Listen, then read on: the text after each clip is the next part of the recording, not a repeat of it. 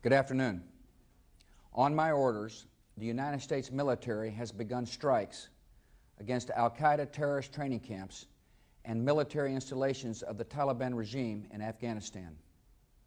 These carefully targeted actions are designed to disrupt the use of Afghanistan as a terrorist base of operations and to attack the military capability of the Taliban regime.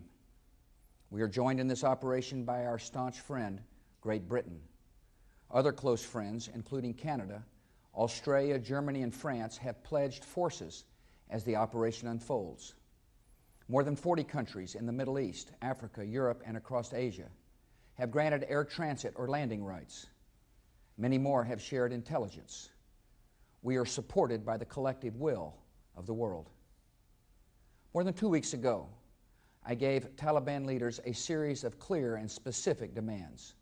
Close terrorist training camps, hand over leaders of the al-Qaeda network, and return all foreign nationals, including American citizens unjustly detained in your country.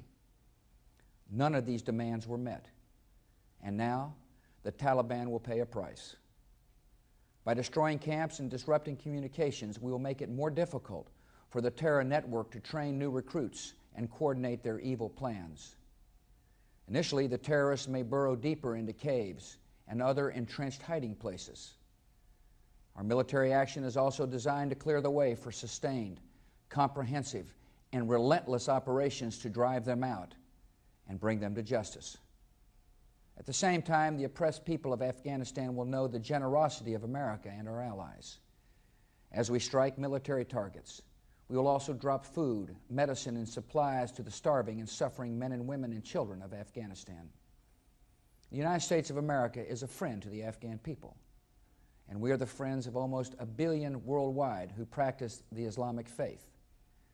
The United States of America is an enemy of those who aid terrorists and of the barbaric criminals who profane a great religion by committing murder in its name. This military action is a part of our campaign against terrorism, another front in a war that has already been joined through diplomacy, intelligence, the freezing of financial assets, and the arrests of known terrorists by law enforcement agents in 38 countries. Given the nature and reach of our enemies, we will win this conflict by the patient accumulation of successes, by meeting a series of challenges with determination and will and purpose. Today we focus on Afghanistan, but the battle is broader. Every nation has a choice to make. In this conflict, there is no neutral ground. If any government sponsors the outlaws and killers of innocents, they have become outlaws and murderers themselves. We're a peaceful nation. Yet as we have learned so suddenly and so tragically, there can be no peace in a world of sudden terror.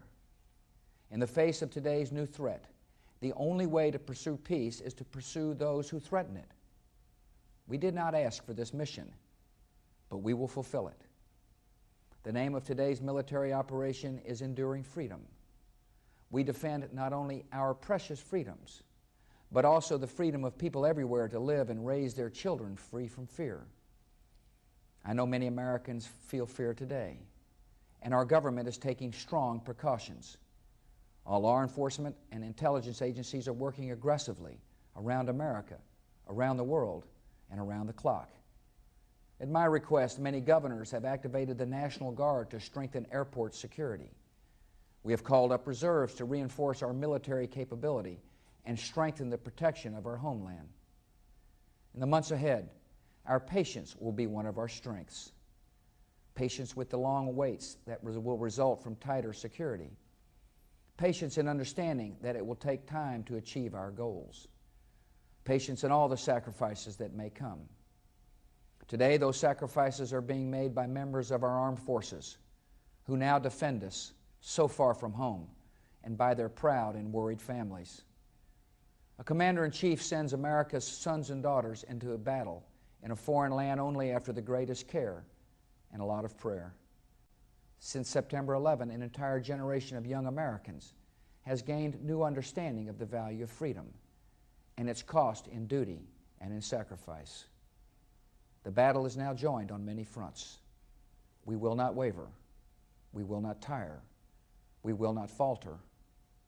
And we will not fail. Peace and freedom will prevail. Thank you. May God continue to bless America.